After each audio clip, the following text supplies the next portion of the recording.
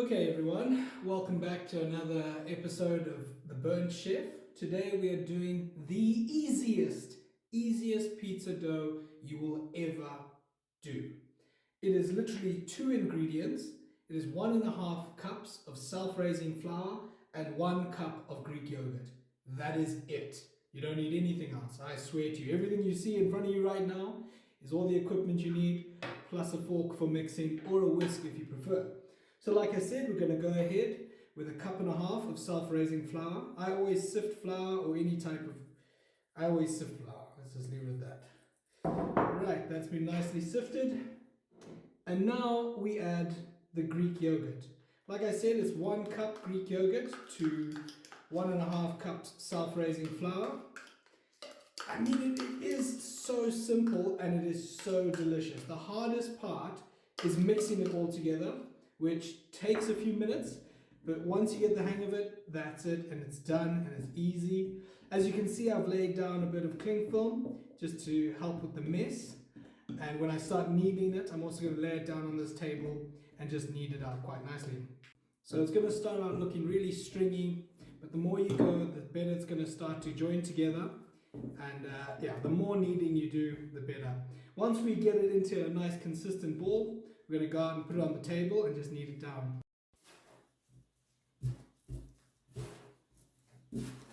Just for yourself.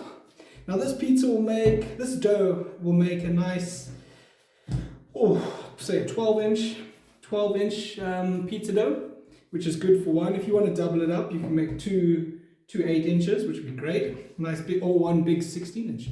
Depends what you feel like. Alright, this is nice and kneaded, so what we're going to go ahead now, just flour up our rolling pin. If you don't have a rolling pin, you can use a wine bottle or anything like that. This one I picked up just on Amazon, just nothing's fancy, but yeah, I mean, it gets the job done. So again, you want to keep this dough nicely floured. It will prevent your dough sticking to your rolling pin, but this is a very forgiving dough, so don't worry. If it breaks apart, just put it back together. And you'll be set. You really will be set. It's just one of the easiest things. I mean, I don't even know if this will take more than 5 minutes to knock together a pizza. In this video, I'm also going to be showing you how to make a lovely sauce for your pizza. This is something I really enjoy doing, and I'm told I'm pretty good at it, so we'll see. I know growing up, we never had any perfectly round homemade pizzas. We just sort of made them at whatever shape we got. That's what we stuck with. So don't worry if it doesn't look perfect. But if you really want to make it perfect, you can spend a bit more time. Take a pizza cutter maybe and trim off some edges and move it back and fill it all in. But you want to roll it down to a nice consistent thickness, depending on your preference as well. If you want a thicker base pizza or you want a thin base pizza, it's all up to you and how much you want to roll it. Okay, now that our pizza dough is nicely rolled up, we're just going to take this fork and just pop a few little holes in it. This will just help get some of that heat to cook all the way through. And we're gonna put it into a preheated oven now, just to pre-cook the base so it doesn't get too soft when we put all our toppings on top. So your oven temperature, you want it at 250 degrees Celsius or 500 degrees Fahrenheit. We're going to pre-cook this for about 5 to 7 minutes. It really doesn't take that long. And remember, we are going to put it back in the oven with all your toppings on. So don't be afraid if you undercook your pizza dough. It's going to go right back in. Right, so that's looking perfect. So what I have here is just a silicone baking mat. These are fantastic because you're not going to have as much cleaning up later. And it just makes it so much easier moving that hot pizza base around. I just put a little bit of flour in it, but really it's not that necessary. But I don't know, something about a bit of cooked flour on the bottom of my pizza, I don't know, it makes me think of home. It's the best feeling. And go ahead and just slide that on there, nice and easy. We are beautiful. And there we go. It's so slippery, look at that. There we go. So we're just going to pop this straight into the oven. See, it's nice and easy to move around now. We're not going to worry about that. We're going to pop that into an oven for about 10 minutes and see how it looks after that. Right, moving on to our pizza pasta paste, or tomato paste or whatever you want to call it. Basically, this is going to be the base for our pizza. It's mostly onions and tomato, a few herbs and spices. So what we're going to do in a non-stick frying pan, quite a deep one because we do want to make it into a paste.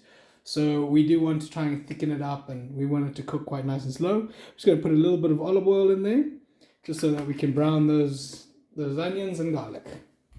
Alrighty, that's getting nice and hot. Let's go ahead and chuck in our onions. Oh yeah.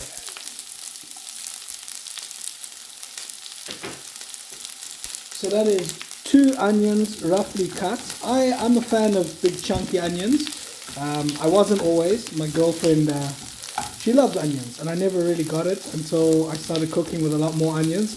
And they are packed full of flavor, and they're just beautiful little morsels of goodness. And surprisingly easy to grow if you have patience. A little something about me you might not know. How would you? You've never met me. Complete stranger on the internet. I love to garden, and quite a few of the things I cook with I do grow myself. These onions are not one of them. These are from my local farmer's market. So yeah, I try and use what I can grow. Right now I've got a beautiful cauliflower actually, which I've never grown, so I'm super excited. So I'm going to try a cauliflower dish later on in the show. So if anyone can think of any interesting cauliflower recipes they want me to try, I'm happy to try completely new recipes, as well as show you guys how I cook a few. Rightio, you want to add your garlic in, not too early, otherwise it'll just burn itself out. But I can see quite nicely I've got a bit of color coming through, and I love garlic, so I would say about a teaspoon. That's probably a little bit more. Whatever, don't judge me. There's no vampires down in Africa. It's because the water, all the rain is blessed. Oh, terrible jokes. Keep on coming back, guys, please. I'm so sorry. So, like I said, we're going to chuck in some fresh thyme and rosemary from the garden. Don't worry, they have been washed. And I'm just chucking that in there so that can just roast in there and fry up with all the veggies. Oh, it smells so good. So we're going to get that rosemary and thyme in the bottom there. Let that fry. Get my favorite spatula, just give that a little turn. Get that rosemary on the bottom there. Yeah, just let that fry for a few minutes. And then we're going to add the main ingredient, which is fresh tomatoes, which are from the garden, which I'm chuffed about. Last year's crop of tomatoes wasn't the best, if I'm completely honest. I did some lovely Roman tomatoes earlier, which came out really great. These guys, I don't know what's happened, something with the soil maybe, just didn't come out as good as I'd hoped. They're delicious, but the year before, they were so much better. Alright, those onions are browning beautifully. That rosemary and thyme is just giving up all that intense flavors. We're going to go ahead and just sprinkle in a bit of salt and pepper before we add in the tomatoes. So once again, just using rainbow black pepper. It's my favorite. I love the colors, different flavors it adds. It's just something different. And then pink Himalayan rock salt. I'm not really going to add too much into this. I'm going to let the tomato and the onion do all the work for me. I mean, beautiful colors in there, and just the smell is incredible. So I'm going to go ahead and chuck in the tomatoes. I've done about 4 whole tomatoes, finely chopped, and we're going to see how those go. Yeah. There you go. Listen to those babies sizzle. We've got to run away. Don't get burnt. Don't get burnt. Ah! Always gets burnt. That's burn number 1, ladies and gentlemen. Burn number 1. So I'm just going to give that a little stir. Get everyone nice and get them all touching, mixing together. So I've had this on a high heat. I'm going to bring that down in a few minutes, because what I want to happen is I want the tomatoes to break down as much as they can, and I want to start making a natural paste. With this this sauce, I like to cook it low and slow once I've got all the onions fried. So from here I'm going to be lowering it down to a medium heat. I'm going to add a few oregano and thyme leaves into that. oregano and basil into that, just to give a bit more of an Italian flavor. Please forgive my very bad Italian accent. I do not do good accents. I think I do. My girlfriend has been telling me for years I do terrible accents. But what does she know? So, sorry guys, I thought I had switched the camera on, but I hadn't. So what I've just added here off camera was the homemade tomato paste. Tomato. Let's have some tomato paste, please. Homemade tomato paste, which is really just tomato, onions, a bit of herbs, and I cooked it really slowly, and then I blitzed it down into a fine paste. So as you can see, everything is cooking on quite nicely. So what I'm going to do, like I said, I'm going to lower that heat, and I'm going to chuck the lid on and let that slowly boil and just really get connected for about 30 minutes to an hour, depending on how quickly it breaks down.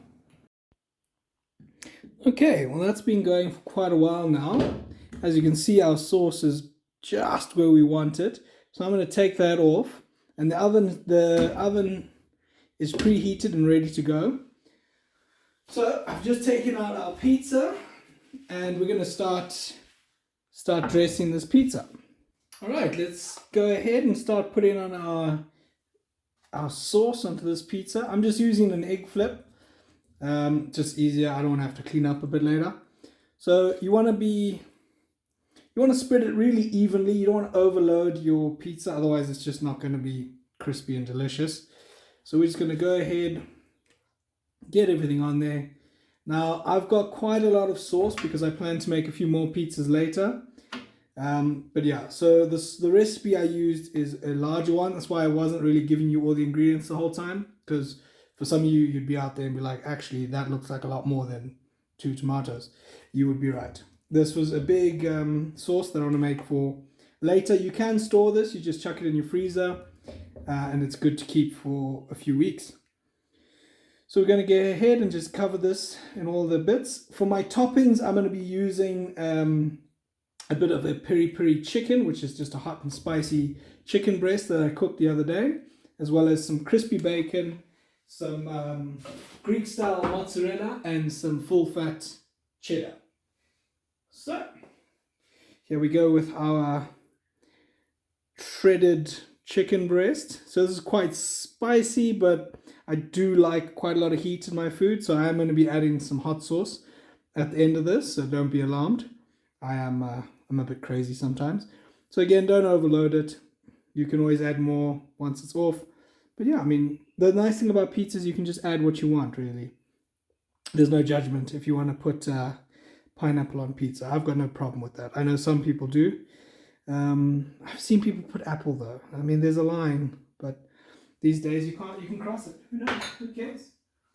And then we've just got some crispy bacon bits, which was from breakfast this morning, so didn't eat it all. I'm home alone this weekend. It's no girlfriend, so this is just for me. And like I said, we're going to put a bit of hot sauce on this.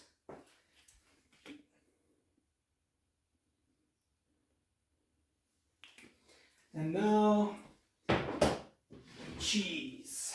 Cheese. So this is your Greek style mozzarella. And there's going to be... I normally quite heavy-handed when it comes to cheese. I do love cheese. Cheese. And now your full fat cheddar. These are all just local things, nothing special. I mean, you can pick up your cheese from wherever you pick up your cheese. If you got a cheese guy, that's cool. So yeah, I'm going to use up all this cheese because I am a lunatic. This is too much cheese. They'd say there's no such thing as too much cheese. This is way too much cheese. Forgive me. This is bad. This is so bad. All right. And that's what it looks like, fully loaded. And we're going to just pop that in the oven. It's going to take about 5 minutes to melt and cook everything. Remember, everything is cooked. So all you want to do is get that cheese melted. Your pizza base is cooked. And yeah, how awesome is this? Just so easy to move around. And you want to pick this up, it's good to go. I'm really excited. I can't wait to taste this bad boy. All right, and there we go. That's our finished result. So I'm just going to take that and put it on a chopping board. And then we're going to slice it up. This little pizza slicer is an absolute lifesaver. It does come with a nice safety guard, so you don't have to worry about cutting your hands when it's in the drawer, because it really is quite sharp. That's made quick work of this delicious pizza. And when we use that silicone baking mat, there's almost no cleanup on the baking tray. So really fantastic. Super chuffed with how this came out. It smells delicious, looks delicious. I hope to see you guys next time. Have a great day.